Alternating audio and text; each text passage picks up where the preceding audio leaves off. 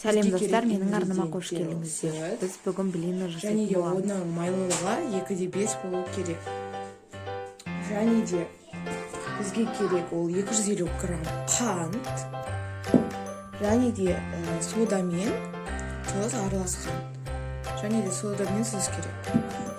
Және де 250 грамм май керек. Және де басты ингредиент ол ұн. Және де бізге 2 жұмыртқа керек. Ең алдымен біз 2 жұмыртқамызды жарып,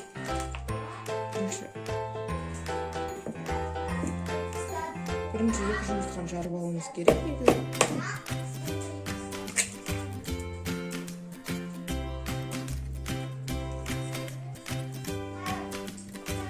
Және де біз оған сүтті құятын боламыз.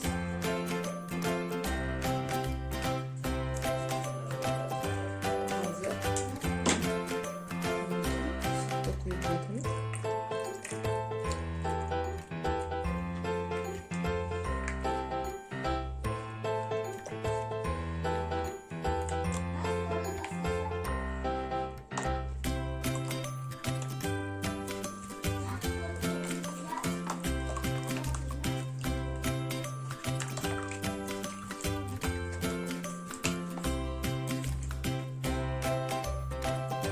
Және де оны жақсылап миксермен араластырамыз.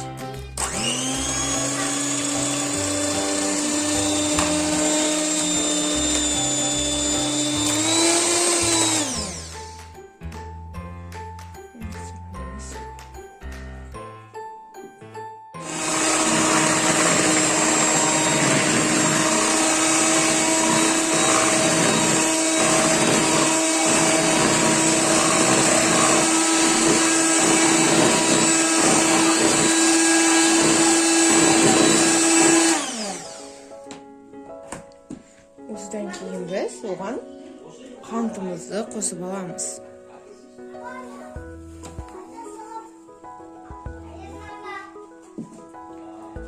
Содан кейін барып біз оған, яғни өзіміздің содамыз бен тұзымызды қосып аламыз. Егер сода қосылмайтын жағдайда ол жабысқақ болады. Яғни сіздер пісіретін кезде ол дұрыс піспей қалады.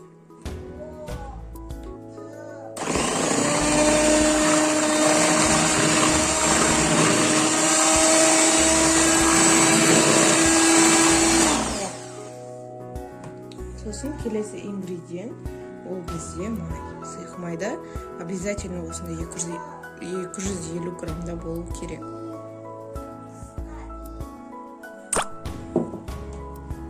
Оны да жақсылап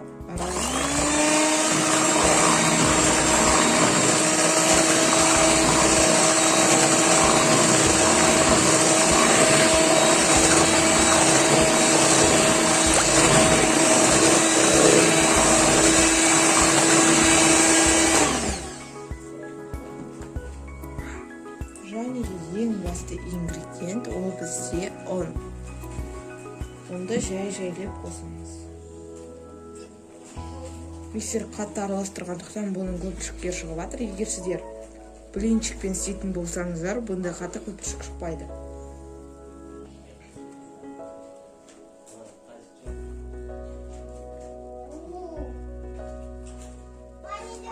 Жайлеп қосамыз өйстіп.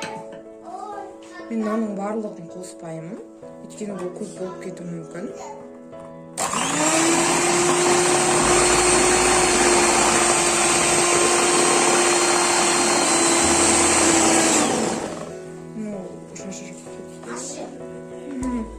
Шашырап кетті.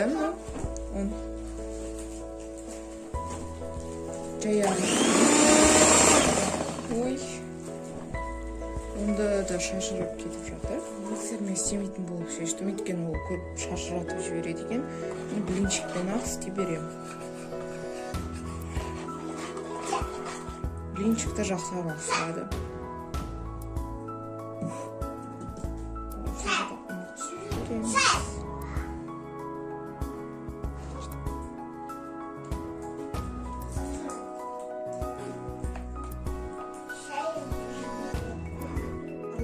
салыстырып алдым, және де осындай қою болып шықты. Сіздерде де осындай қою болып шығу керек. Яғни былай істеген кезде ағып тұрады, бір-біріне жалғасып. Және де менің ұнымның жартысы қалып қалды.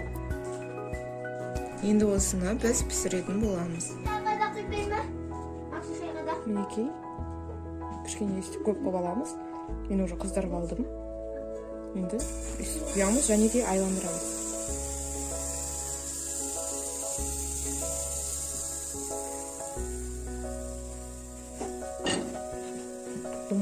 Және де ол піскен кезде осындай көпіршіктер көп болып шығады. Мен қолыма арнайы перчатка киіп алдым. Мынау ағып кетуі мүмкін, өйткені ол жер қалың болып кетті.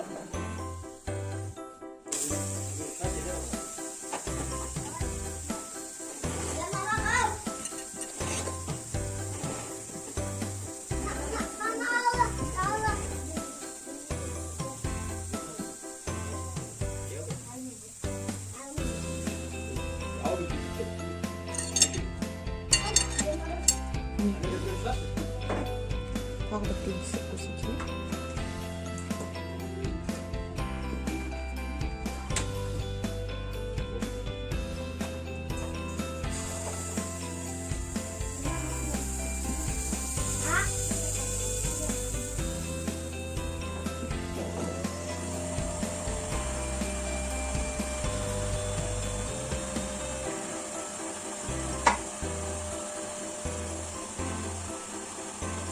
Шум болса кешірім сұраймын. Мынау дұрыс істейді. Қазір кішкене піссін. Көпіршіктер дұрыс шығып жатқан жоқ, мына үлпілі болып қалды. Мына жерінен алсам нормально болады. Мінекей. Мына жерлері дұрыс түспей қалыпты. Қазір оны қайтадан аударып істейміз.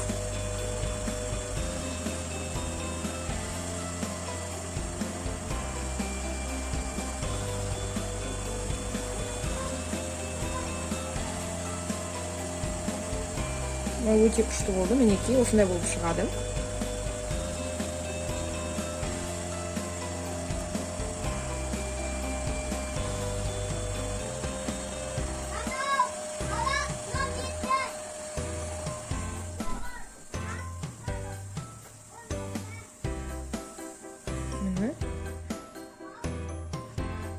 Бұл нәрсені қалдырып аламыз. Мына дұрыс қойған.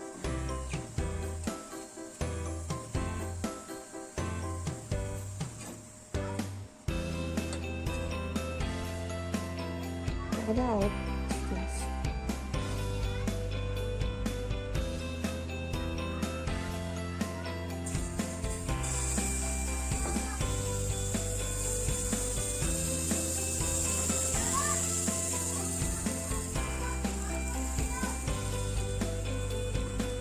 Домалақ қылып істеп отырмыз. Сіздер де домалақ қылып істеуді үйреніп алыңыздар.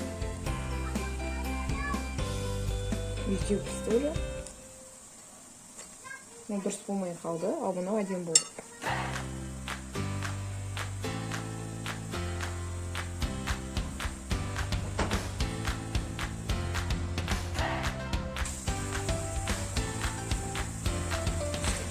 Отыр екен.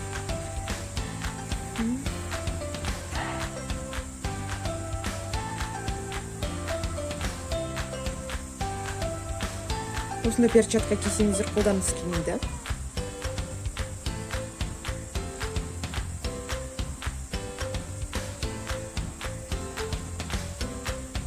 Менің видеоларым сіздерге ұнайтын болса, онда маған тіркеліңіздер, және де лайк басыңыздар, және де комментария қалдыруды ұмытпаңыздар. Сау болыңыздар.